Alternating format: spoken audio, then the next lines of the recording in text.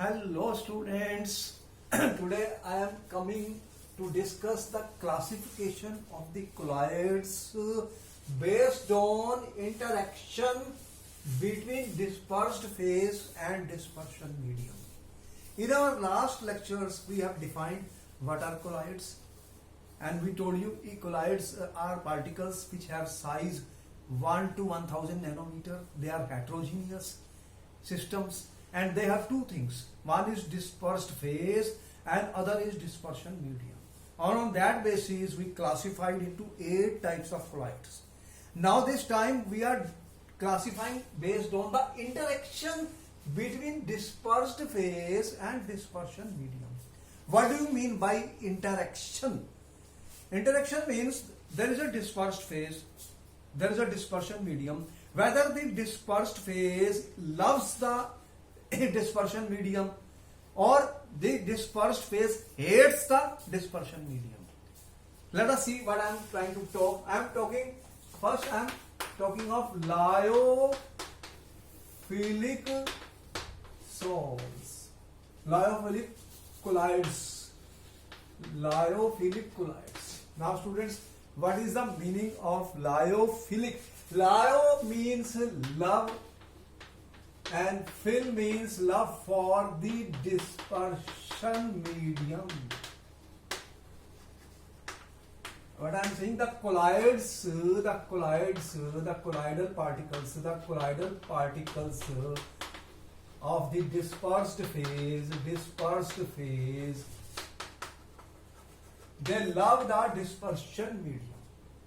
For example, gelatin, gum, starch, rubber. These are some of the examples of the lyophilic colloids. When you will add gelatin, gum, starch or rubber in an appropriate dispersion medium, you shake them and colloids are ready. So you can see that these colloids are formed very easily. They are formed very easily when you mix the colloidal dispersed phase like gelatin, gum, starch in the dispersion medium. You know, when you are making gums at home or starch, you put in water, they will form the colloidal, which is lyophilic colloidal. They are lyophilic means loving. Again and again I am using the word loving. They are also called intrinsic colloids. Intrinsic means those colloids which can be formed by mixing dispersed phase and dispersion medium, and they are quite stable. Why? Because they are highly hydrated. Why they are highly hydrated? Because the interactions are loving interactions between the dispersed phase and dispersion medium. So it is clear that you can see that the type of material I have: starch, gum, gelatin, proteins. You know, they have got active groups which can form hydrogen bonds with water. So that could be the reason that they are highly hydrated and they will be formed immediately. They are quite stable and they are also reversible. We are going to tell you very soon what is the meaning of this. So first type of colloids I said are lyophilic colloids. Second, I am talking of lyophobic colloids. Now students, what are lyophobic colloids? Second, lyophobic colloids. So lyophobic means the dispersed particles hates the dispersion medium. So they hate the dispersion medium. If they hate the dispersion medium, they are not going to be highly solvated, and therefore it is not possible. It is not possible to prepare them. Not possible to prepare them by ordinary methods. Method of mixing. What we said? Method of mixing. You simply mix them is not possible. So we have to use special methods. Special methods for their preparation.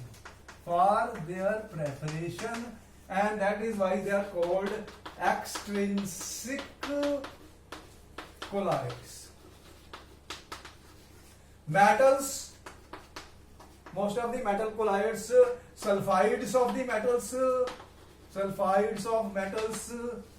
or hydroxides of the metals are some of the examples of the extrinsic type of colloids or lyophobic. Even smoke, in smoke what is air?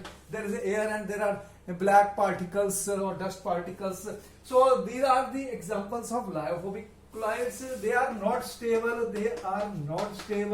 Because there is no strong interaction between the dispersed phase and dispersion medium. So they will need stabilizing agents to stabilize them.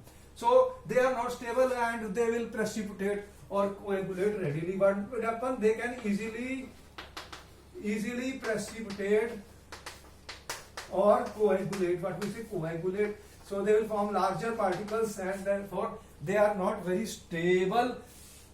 So we have defined you two types of the interactions. So the one which is loving between the dispersed phase and dispersion medium, and second which is hating the dispersion medium. So some of the differences between what we are saying lyophobic. This is an important question. Students have been asked many times. Lyophilic colloids. What are the differences, students? This question has been asked many times. If I say first the preparation,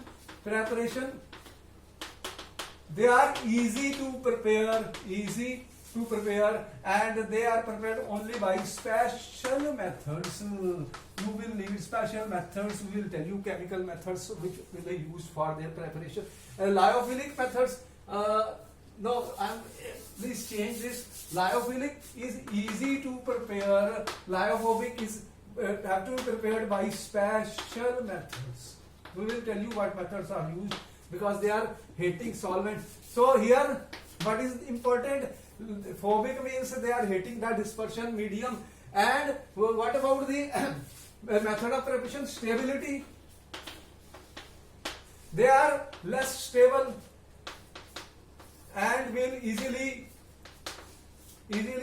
coagulate because the interaction is weaker, and these are stable. They are stable because the interaction is very strong between the dispersed phase and dispersion medium.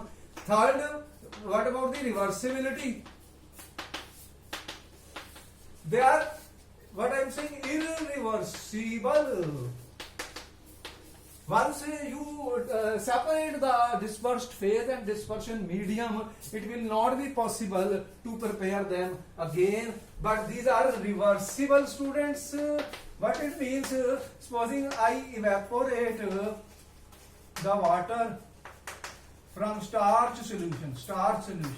You take starch solution, evaporate the water. What will you get? Colloidal particles will be left behind, and water will evaporate. Then you remix. After remixing, shake it again. The lyophilic colloids will be formed. And fourth, what about the hydration? They are very less hydrated, and they are highly hydrated, students, because there is a strong interaction between the dispersed phase and dispersion medium. Therefore, that is why they are very, very stable also, we told you. And the nature of substances, we have told you. Nature of substances. Here, in which are the metals. metal sulfides or hydroxides of the metals. They are lyophobic. Lyophilic, you already know, gum, starch, gelatin, proteins. You know, they have molecules which can have strong interaction with the dispersion phase, students. And sixth thing, I'm talking of the surface tension. Surface tension of the colloidal solution. Here the interaction between the dispersed phase and dispersion medium is very less, so they have almost the same surface tension. But here what happens is there is a strong interaction between the dispersed phase and dispersion medium. Therefore there is a decrease in the surface tension. There is a decrease in surface tension.